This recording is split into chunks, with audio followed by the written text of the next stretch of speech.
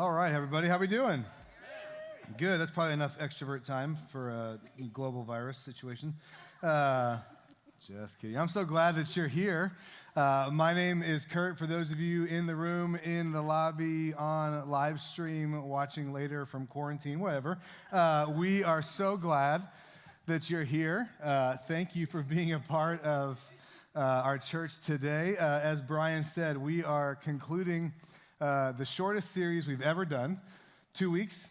It has to be 2 weeks to be a series, but if it's any longer than that, it's going to break the record. So, shortest series we've ever done, called Label Maker. Last week, we kicked it off, and we're kind of looking at the two kind of primary language labels that we see in our culture that ask us, like, how do you define yourself? And so, the thing that we hear more and more often in direct or even subtle ways around our culture is that I am what I have, or I am what I do.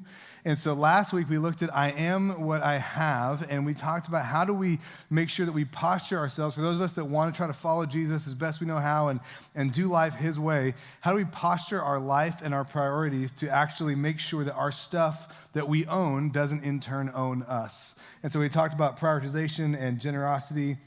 It was an incredible, incredible day. And we had 15 different people or family units join us in our 90-day giving challenge to increase or begin giving for the next 90 days. So I want to encourage you, you can celebrate that because these lights are on because people are generous. And so we are so grateful. And you can also participate in that. If you missed it or if you're watching online, you can click on the link there as well. But we would love to invite you for the next 90 days to actually trust God and to put him at his word when it comes to your finances and to decide on a percentage that you want to invest to prioritize your generosity with your finances here at Restoration Church. And so if you have any questions about that, you can check out our live stream page or our YouTube page to watch the full message or reach out to our team. But today we're going to look at the second one, which is I am what I do. So I want to take a quick poll. How many of you have ever had a terrible job? Raise your hand. Perfect. How many of you are in said terrible job currently? No, yeah, okay, great, perfect. Well, some of us, it happens, right? So here's the thing about terrible jobs is we have all had them. I think at some level, if you've ever had a job that wasn't terrible, you didn't realize how good it was until you had a terrible job after. You're like, that last job was great. I should have appreciated it while I was there. But so my very first job, not counting child labor in the neighborhood of mowing lawns and that kind of stuff.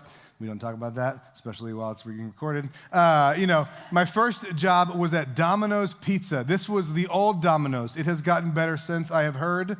I still will not eat it. That tells you how this job went. I had this job, and it was just awful.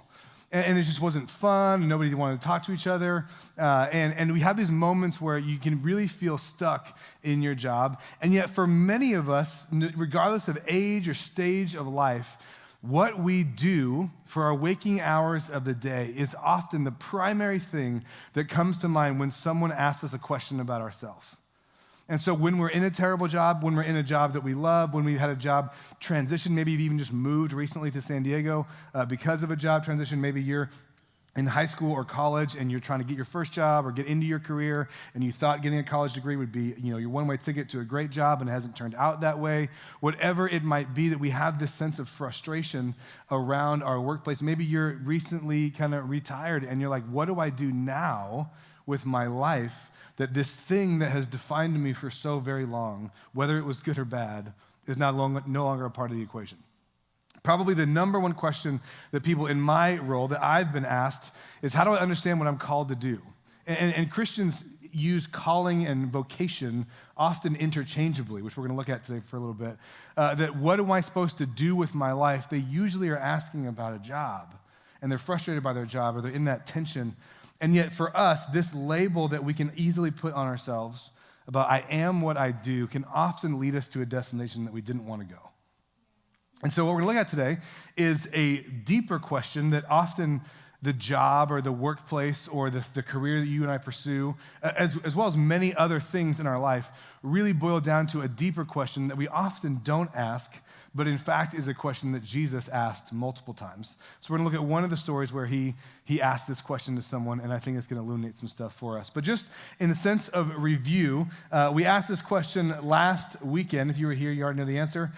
So, let other people play along as well. But who has the right, what kind of person, what kind of position has the right to label things? Right, this is an important question for us to ask as we walk through this series. And we said the people that are actually able to label things are manufacturers. If you make something, you can label it. Someone, has a job to create clothing, the clothing that you're wearing. They put a label in it of the size and the name and the brand and how to wash it. Again, whether you obey it or not, it at least is there for reference, right? A manufacturer gets to label things, right? Owners get to label things. If you own something, you have the right to label it. It would be very weird if I came into your house and began labeling things that you don't own, and vice versa, right? So let's not do that, right? Owners get to label things, and then purchasers. If you buy something, you can put your name on it, you can describe it, whatever you want. If you've ever gone to someone's house, I remember going to a friend's house, and they called things different names than what I had called it. If you have to go to the bathroom in my house, you went to the bathroom, even if there was no bath in that room. My friend's family called it the toilet room, the water closet. His dad grew up in the Navy. They called it the head, right? And so they have all these different different labels and names for the same thing, but you bought the house, you call it what you want, right? And so for us, this is how we usually have come to engage this conversation around how do we label things. And so for us, for today, we're going to actually dive into that question of if a manufacturer, an owner, and a purchaser are the types of groups of people that actually have the right to label something. The question is for us, who gets to label you? Who gets to label me? Is it our job? Is it our boss? Is it a coach from a long time ago? Is it the worst thing we've ever done and our greatest mistake? Or is there a better and bigger story that Jesus wants to invite us into? And so the question I want us to wrestle with today that's deeper than what is it that I do is actually what is it that you want? What do I do? What job do I pursue? What education do I run after? What do I do with my free time? How do I spend my money? What do I do is usually a surface level question that is an attempt to answer the deeper question of what do I want? And for many of us, the question of what do I want is actually a much more difficult question. I actually tried this out on Brian earlier today, and he goes, not much. Just purpose in life, peace on earth, great kids, a meaningful contribution so I can feel good when I die. I'm like, great, I hope you get all of those things, right? That we ask this question, what do I want? For most of us, what comes to mind, either as we ponder it in a church setting like this, or more practically, and I would argue more importantly, on an instantaneous, day by day, moment by moment, situation by situation that you find yourself in, the question, what do I want? What do I really want right now? The reality is that what we initially want is not usually what we ultimately desire. That for you and for me, no matter how long you've been following Jesus, no matter where you are on your spiritual journey, the thing that comes to mind when you say, I want this, the thing that you initially want, the thing I initially want is usually not what I ultimately desire. Which is why you might have jumped into a job that you now don't like, or moved to a city that you didn't like, or jumped into a relationship that you wish you could get out of, or have a bunch of debt because you wanted something and you didn't know how to pay for it, but you wanted it, but it wasn't what you ultimately valued and it hasn't met your expectations. And so we're going to look at this question because what we want, what you want, what I want, drives how we act.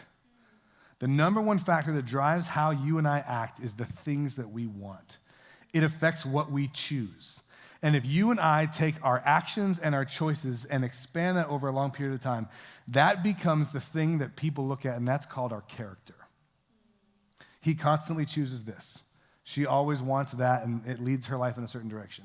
And over time, our wants, our decisions, and our actions, they determine our character. And so our hope today is that not only would we just reflect on a question about what is it that I do and maybe change some labels in our life, but that we would actually have our character transformed to be more like that of Jesus. And so to do that, we must pay attention to our wants, which is often uncomfortable for many of us.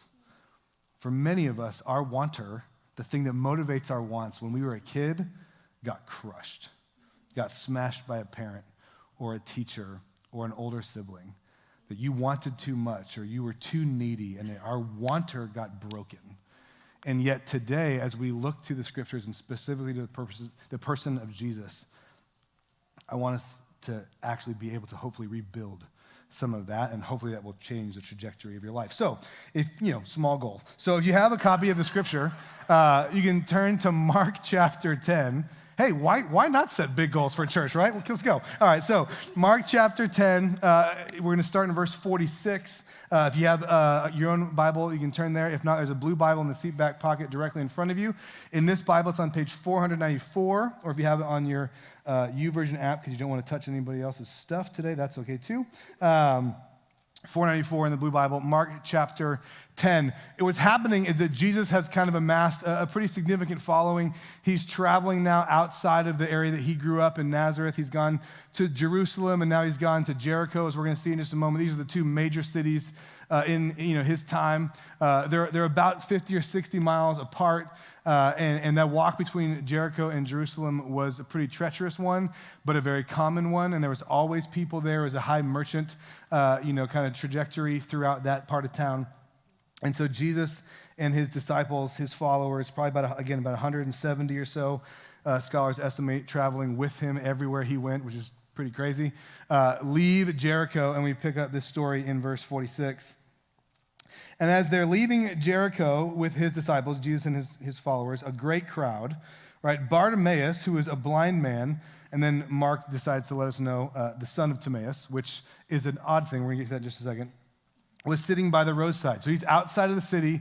Jesus and this huge entourage walks by, so the fanfare and the noise probably elevates quite a bit.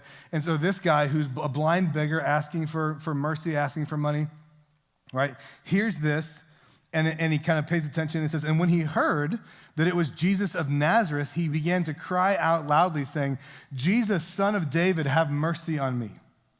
And many rebuked him, telling him to be silent, which always will happen when you try to get God's attention and live for God. People will always tell you, calm down. But he cried out all the more, Son of David, have mercy on me. And so just to press pause here, Mark is writing this account because he heard it from Peter, who was in the crowd with Jesus.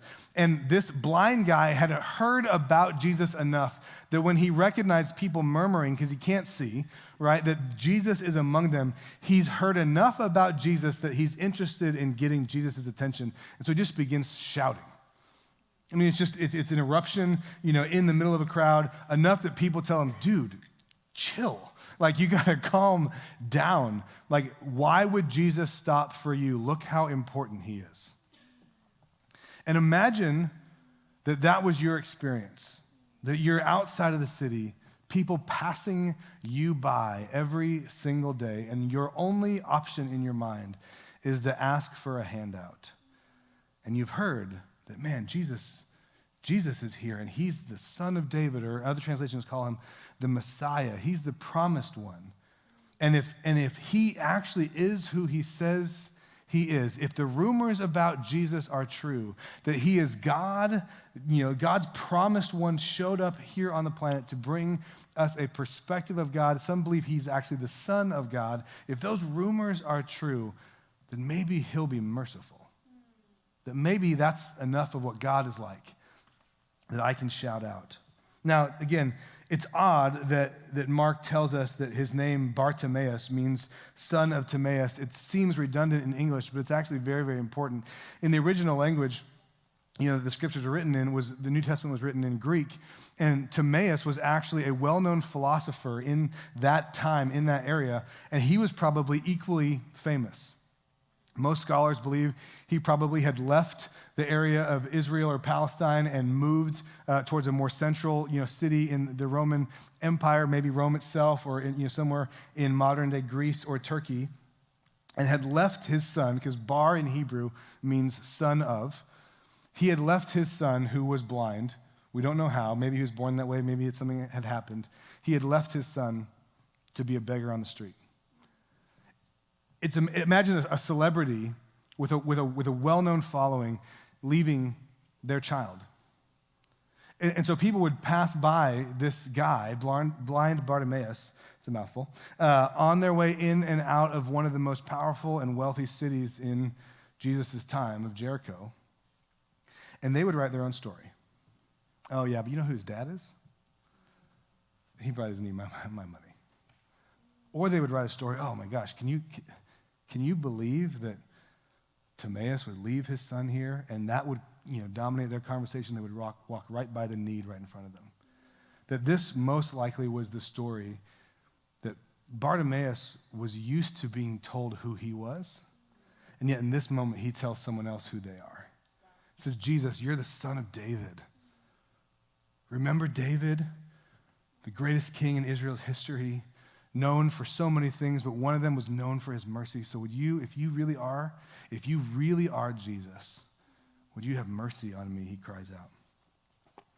Probably much to his surprise, Jesus stops, starting in verse 49, and says, call to him, and watch how quickly the crowd is. This is just for free.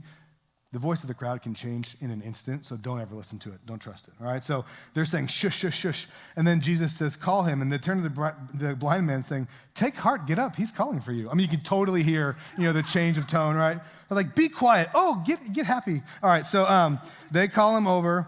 Throwing off his cloak, right, he sprang up and came to Jesus. And here's the most important verse in this section we're looking at today, 52.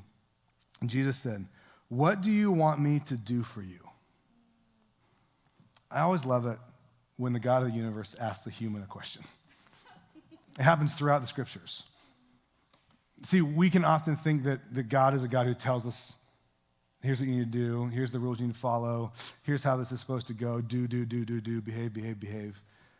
But yet, what's so curious and yet so consistent throughout the scriptures is that the God who created us asks us questions. Adam, where are you? Abraham, what's on your feet? What's in your hand? Blind Bartimaeus, what do you want me to do for you? Jesus says.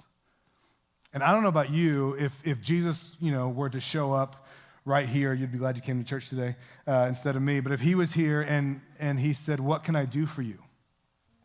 How would you answer the question? To really think about it. If Jesus Christ in the flesh sat down next to you, he doesn't have COVID-19, he's the healer, right? And he were to ask you right now in your world, like this isn't a joke, like to really think about it. If he were to ask you right now in your life, what would you like me to do for you? How would you answer that question? I've had a couple weeks to think about it. I've read the message. And if I'm honest though, even with more time, my answers were still pretty weak. I'd love to see this happen, or I would love to have my kids obey me, like just to be honest. I'd love to get some sleep. I would love for this financial challenge that we're facing to go away. Would love for so-and-so to get better. Great, all good things. But like Jesus is asking. My kids love Aladdin right now. And there's a big debate in our house whether Will Smith or Robin Williams did a better job. So I know I'm getting I get it. Don't at me on that one. Okay, so I appreciate your emails. It's katie@restorationchurchsd.com. And so anyway, so we're going to move on to that, pass down quickly. They love this idea of what if I had 3 wishes, and there are many times that I will, see them in their room and kind of sneak by the door and listen to their cute little 3.5 and 5-year-old conversations, and it's like, hey, you be the genie, now grant my wishes, right? It's this fun game they love to play, and I realized that it's so much easier to answer a question when you have 3 options.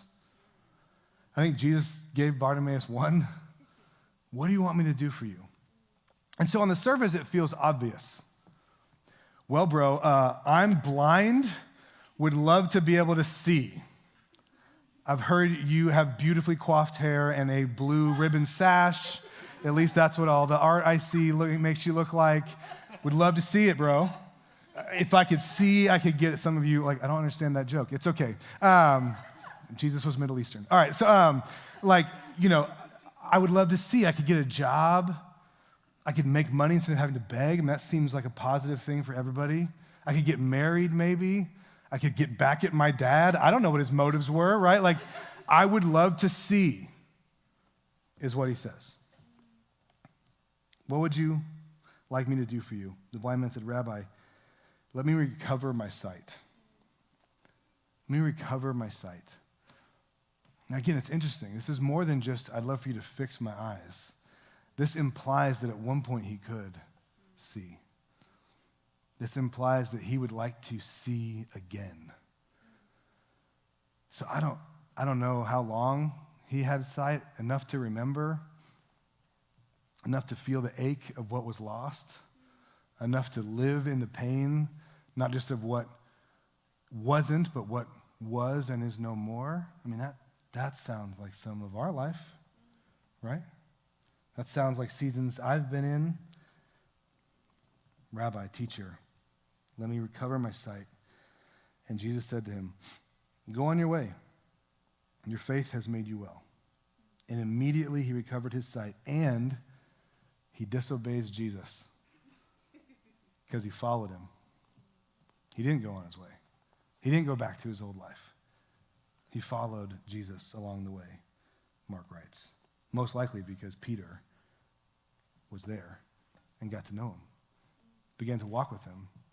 And so the stories we read of Peter's life moving forward that we read in Mark's gospel, who Mark was Peter's protege, writing this stuff down when Peter was in prison, hears about blind Bartimaeus, and perhaps in stories that you and I are familiar with about Peter's life, blind Bartimaeus, now no longer blind, was there as well.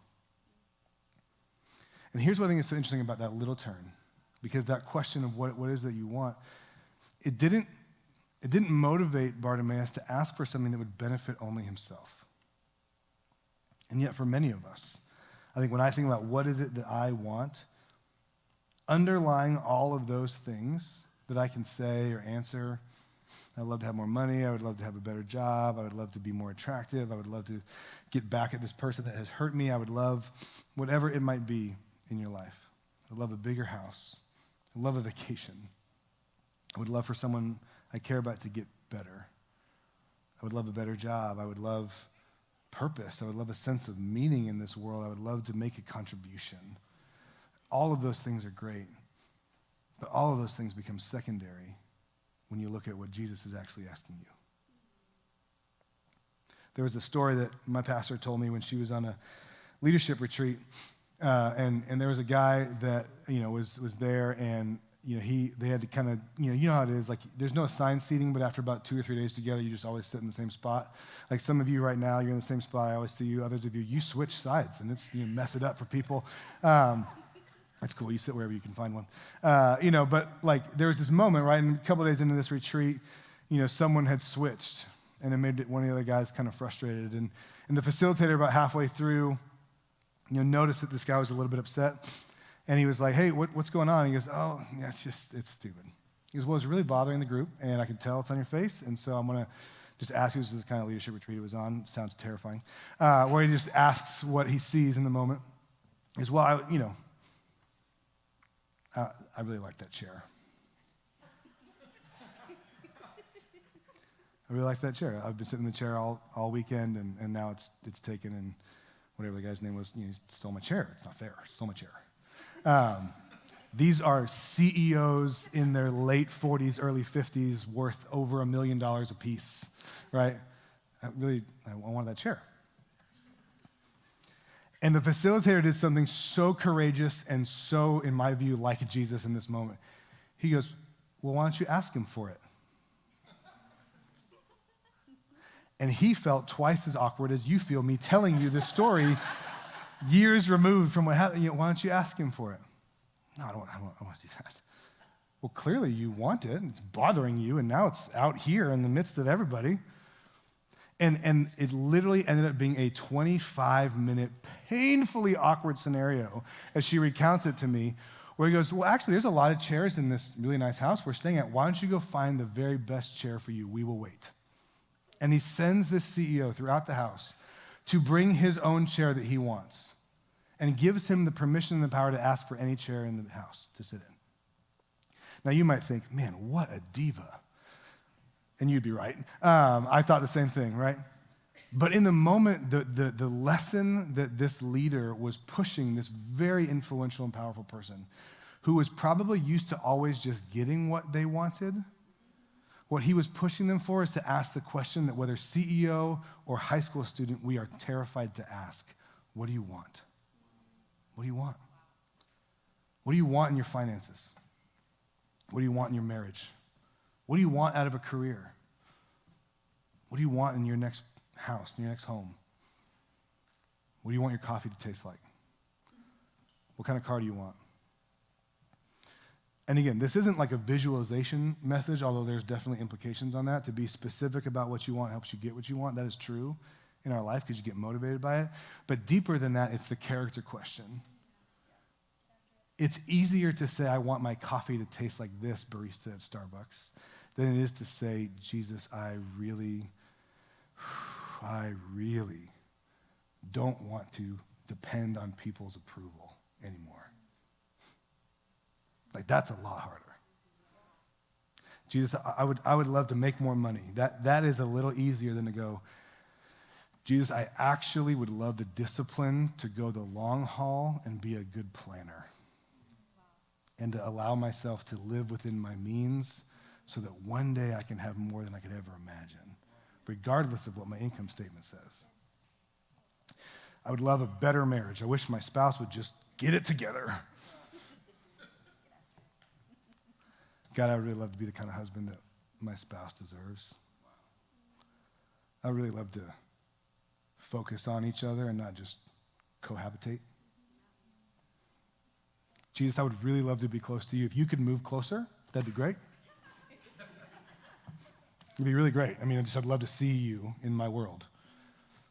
But I'm really busy, and like I'm up and at it and living off coffee and Red Bull, so you're going to have to find some spot. I think I'm available next Thursday around midnight, but I will be at the bar. Like, let's be honest. Are we making time for the things that we really want? And there's nothing wrong with any of those things I referenced. I mean, this is just real life, friends. Because if this book doesn't show up on Monday, Sunday's not that valuable. Jesus did not meet Bartimaeus at a temple. He met him on the road outside of the marketplace. He says, what do you want? See, the thing is, Jesus knew something about Bartimaeus that everybody else had stories about, but Jesus knew something about him. Jesus knew that there was more in him that he had given himself credit for, and yet the labels that people had placed on him, that he had placed on himself, the circumstantial labels, the social labels, the shame labels that he was wearing, that were not obvious to even him or anyone else that had passed by, but were obvious to the God of the universe who just so happened to be named Jesus and walked out past him. He knew something about Bartimaeus that was way more important than what anybody else said about Bartimaeus. And the same is true for you, that what God knows about you is far more important than what people think about you. And so the question is, what labels that you do, your job, your vocation, your past mistake, some identity that someone has placed on you or that you've taken on yourself, what labels are the things that you say, this is all I have, this is all I am? Anytime you and I finish a sentence, I can't because blank. We are naming a label. I am what I do. I can't because I'm too old. I can't because I'm too young. When are you just right? Like, that feels like a very small window. I've felt too young for so long, and then I realized when I was at Restoration Students on Wednesday night, I am not young anymore. Holy, what the heck is TikTok? Okay, anyway, sidebar. I'm too old. I'm too young. When are you good? You really never are if you compare. Or you always are.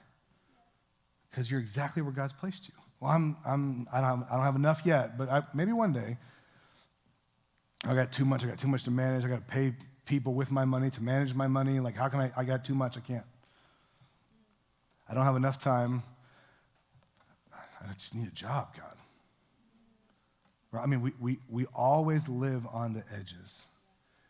We always have, I can't because blank, and yet what God knows about you is more important than what people think about you. And here's what's so clear that Jesus shows us in this passage that I hope is going to set somebody free today, is that your primary calling has nothing to do with what you do. Your primary calling. Quit looking for your calling. Your calling has already called you. Bartimaeus' calling was not to sit on the side of the road. That is what he had assumed. Your calling is not to be a businessman or a stay-at-home parent or a teacher or a judge or a police officer.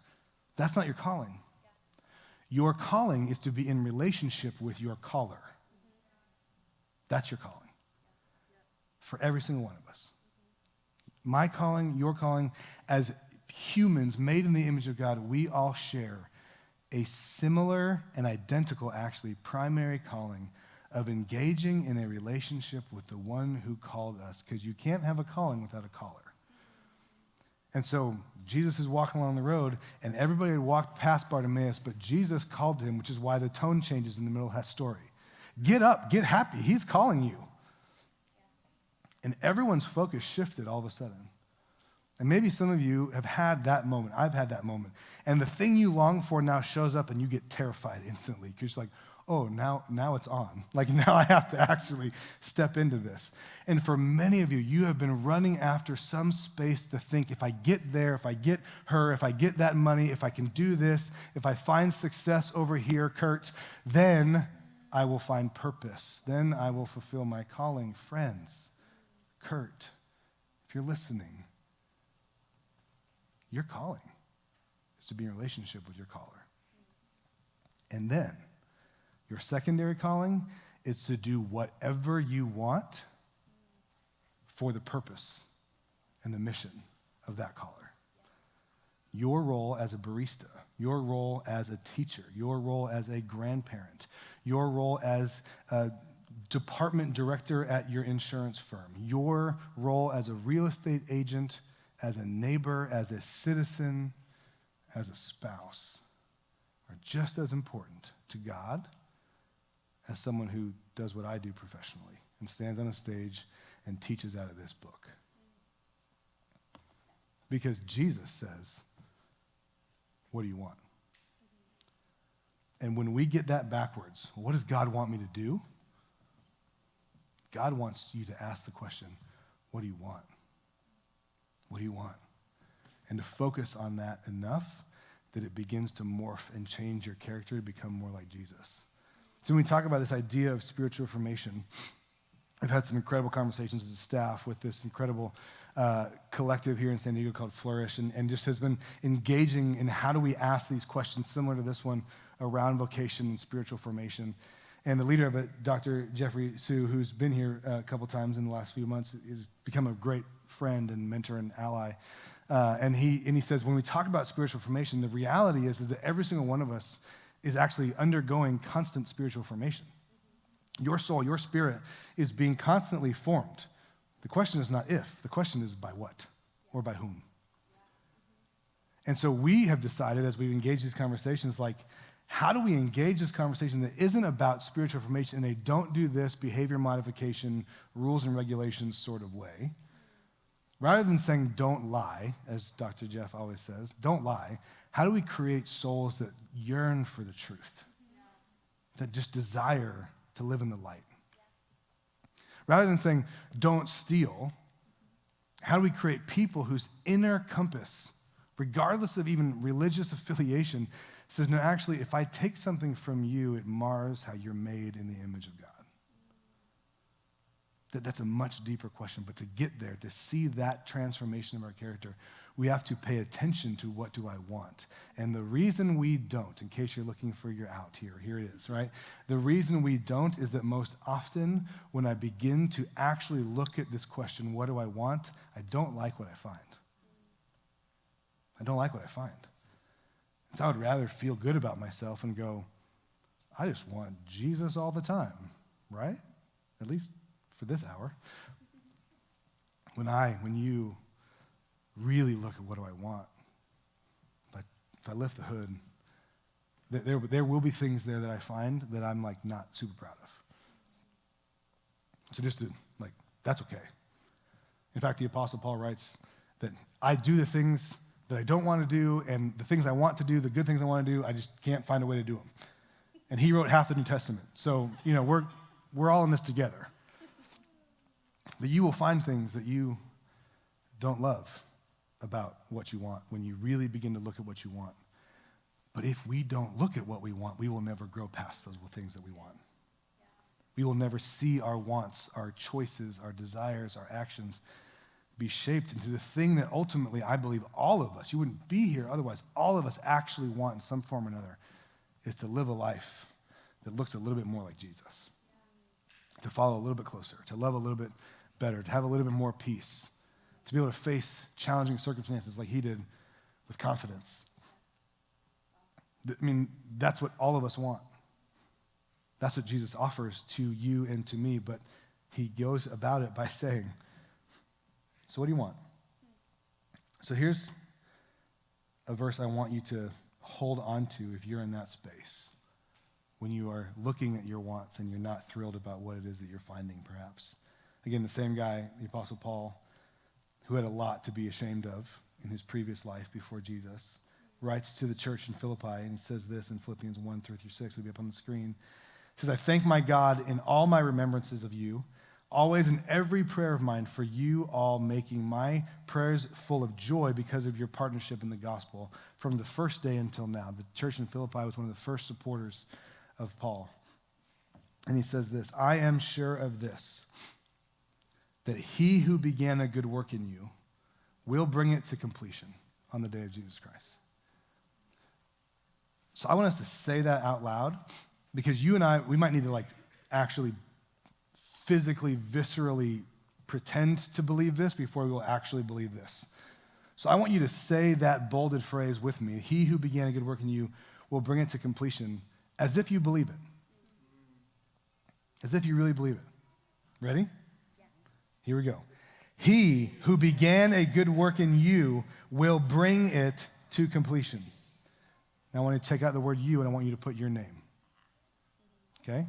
So that will get a little confusing. We'll come back together. Got it? A little weird in the middle. We'll finish up. Start and begin. Go here. Ready? He who began a good work in Kurt will bring it to completion. Here's the beauty. If the label of I am what I do becomes true in my life, then I'm stuck with my own effort.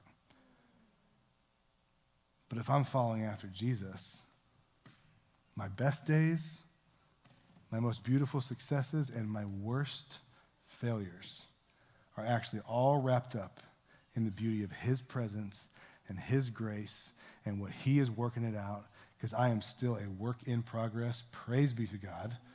And so are you. And that when we take on the label, I am what I do, the idea of being a work in progress brings about shame because we focus on where we are not. And yet when we let the one who wants to understand, who wants to ask, who actually, if we go back to the original concept of who gets to label things, owners, purchasers, manufacturers, the one who manufactured you, who designed you, who made you, the one who purchased you with his own life, said, I would rather die than live without you. And there's this gap that has been created between me and God because of the choices that I have made, all those things that when I lift the hood that I don't love, there's a gap that's been created. Jesus says, I will pay for that. And then according to the Apostle Paul, the one who marked us, who owns us, who says, you're mine. And that when the accuser and the enemy comes to make you feel like you have nothing left to offer, that you're only as good as your last big failure, Jesus says, you don't get to talk about them like that. They're mine. They're mine. So if manufacturers, owners, and purchasers get to label things, let's come back to the question is who gets to label you?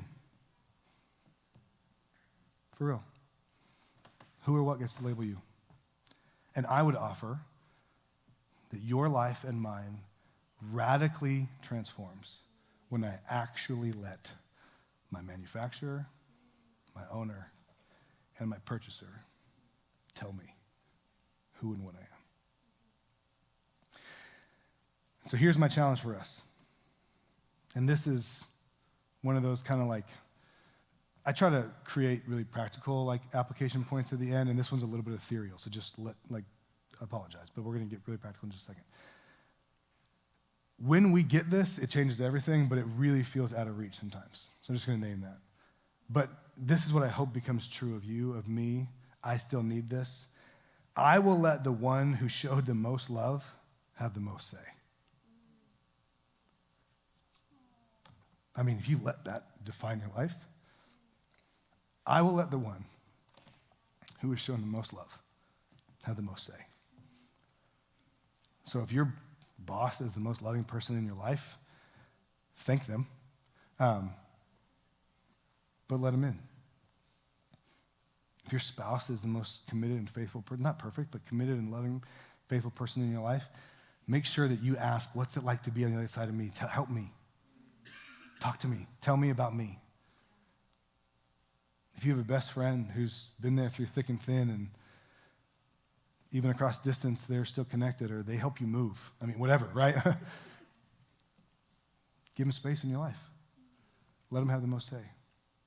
And on a spiritual level, more than the old voices, the faithless naysayers that we all have in our life, the coaches that said, you can't, the one who left you, the one who told you you weren't good enough or smart enough or pretty enough, the one whose actions, like Bartimaeus' dad, told you you weren't valuable. You and I have a choice every day to say, who gets to label me? They didn't make me. They didn't pay for me. And they certainly don't own me. So why am I letting them have the most say? It's easy to go, yeah, I don't want to do that. But you have to fill the void. You can't just take their voice out. You got to put other voices in. And I would say let's start with the voice of Jesus that says, what do you want? What do you want me to do for you? I want you to heal my pain. I want you to absolve my shame. I want you to remind me that in spite of all that I've done, you did more to reconnect me, regraft me back into the family of God. So when you came in, on your seat, there was a name tag. And if there's an empty seat next to you, you can take a second one if you like. You're welcome. Because you might need more than one. But I want you to actually grab this.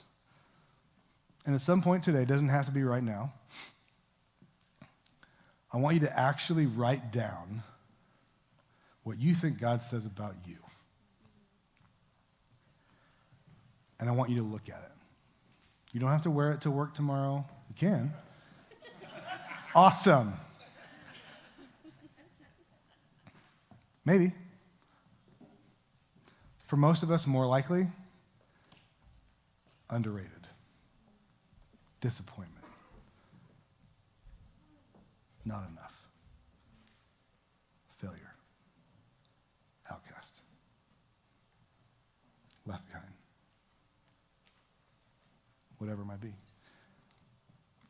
The thing that if you're honest, you might write down, if you're really honest, will be the thing that you keep circling back to in your mind that might be your previous biggest mistake. It might be your net worth.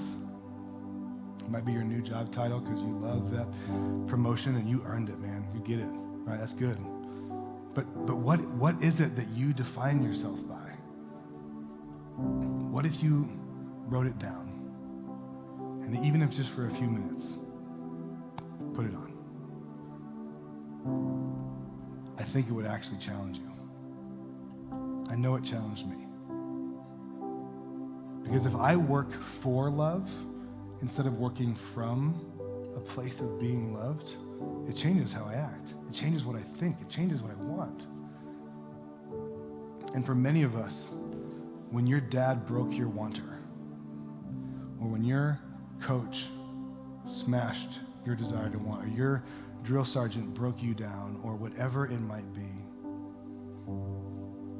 when your boss or your first marriage ended in a disaster and it broke your desire and it made you afraid to want again, And it's safer to just play a cool distance. I hope you hear that the God of the universe is saying, no, it's okay to want. It's okay to want things from me. It's okay to want more for yourself. And even if what you find when you begin to look at what do I want isn't all what you wish it was, I can meet you there too. In fact, I long to meet you there. In fact, Jesus does his best work when we admit that what we want is something that we wish we didn't have to want. I don't want to need forgiveness. I don't want to need to see again. I don't want to need discipline. I don't want to need whatever. So as obvious as it might feel, it certainly felt obvious to Bartimaeus. I think there's power when we actually voice it and say, this is how I see myself, and I want something better. I want something different. Perhaps for you, your answer is the exact same as Bartimaeus. You can see fine optically, but if you're honest, your life has been a fog for a while. The colors aren't the same, and relationships are cloudy, and purpose seems elusive. And when Jesus asks you today, what do you want? Maybe your answer to him, if you're really honest, is, I want to recover my sight. I want to see again. I want to see her the way I used to when we got married. I want to see myself in the mirror the way I used to when I was first day on the job. I want to see this opportunity that walks around in size 2T diapers the way I did when he was born. Whatever it might be. I think for many of us, the core of our soul gets put back together when we engage in a conversation with Jesus about what we want. And that's why we get transformed. And so if you've never answered that invitation, I just want you to know it is here for you. And it always has been. And even when you feel down and out or on the side of the road or lacking purpose or direction, and you've let the labels that everyone else wants to put on you become your identity, God says, here's a fresh, clean name tag. Here's a fresh, clean, new name tag. And I would hope that it would drive you to look in this book and to say, what do you say about me, God? Like, for real. A couple things before we close. He calls you his beloved. That you can just be loved by God. He calls you his child. He says that I have a place for you. You're home in my love. He calls you worth dying for. More than just words. He lived it out. He calls you valuable. There's no one just like you. He knit you together before you were even born, before anybody else had a say in your life. He said, this is how he's going to be. This is how she's going to be. It's going to be awesome. He says you have a part to play. You have a contribution to make. That as much as you don't feel you have, or you wish you were smarter or better, or could do more, or have more time, he says right where you are, you actually have a place to play. And I invite you to build this kingdom that doesn't make sense to the world with me. But when you interact with it, it changes who you are. He invites you. So that's a few things that if you need some help, to encourage you to write those things down. But I want to pray for you. I want to pray that you would actually hear, not from me, because I worked hard on this, but I would much rather you hear from the one who knows your name. So I want to pray you would hear from God, and that it would revolutionize your life. Because this is why I do what I do vocationally, is to see this moment happen where you actually hear from God. That's my hope. That's my prayer. So let me pray for you.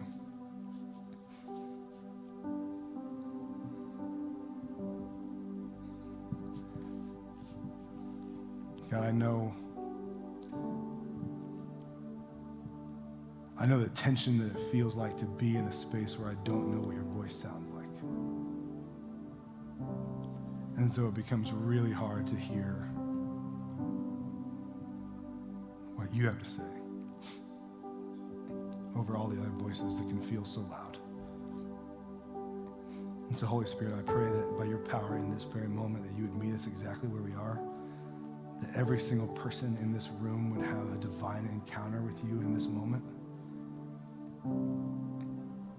that a still small voice deep down in their soul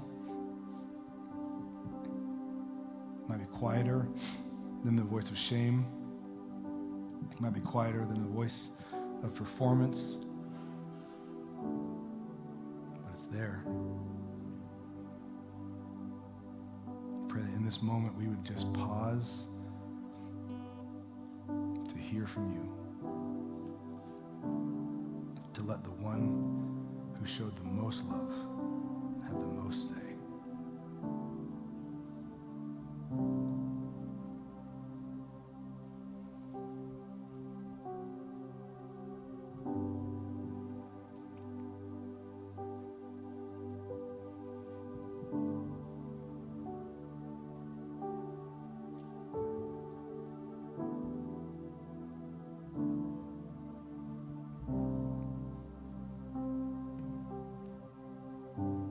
Jesus, thank you that you not only have mercy, but you see in us things we don't even see in ourselves. And it's because you put them there. You made us that way. And so God, I pray this morning freedom will be found because of who you are and who you say we are. It's in your name, Jesus, that we pray. Amen. Well, I know that this kind of conversation has the potential to bring up a lot of stuff in your life, and that's a good thing. And I just want to encourage you to lean into that moment. There's a lot of things that we all have to get to the rest of the day, but for the next 10 minutes, if the Holy Spirit's doing work in your life, don't rush it and don't skip past it. It could literally set you free. And so our prayer team is here. If there's a specific space that you want someone to speak life, speak the name of Jesus, speak the truths about who Jesus says you are, to pray for you, I would encourage you during this last song to head over there and just ask them to pray. You don't have to share anything you're not comfortable sharing.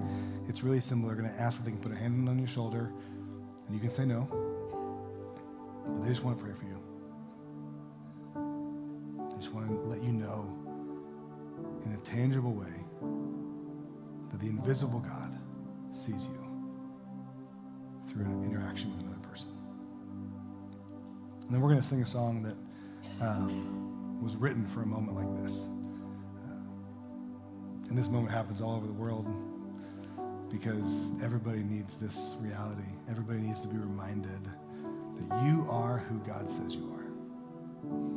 And so I pray that if you just need to listen, I mean, the girl gang back here is going to lead way better than I can sing, so I'm grateful for them.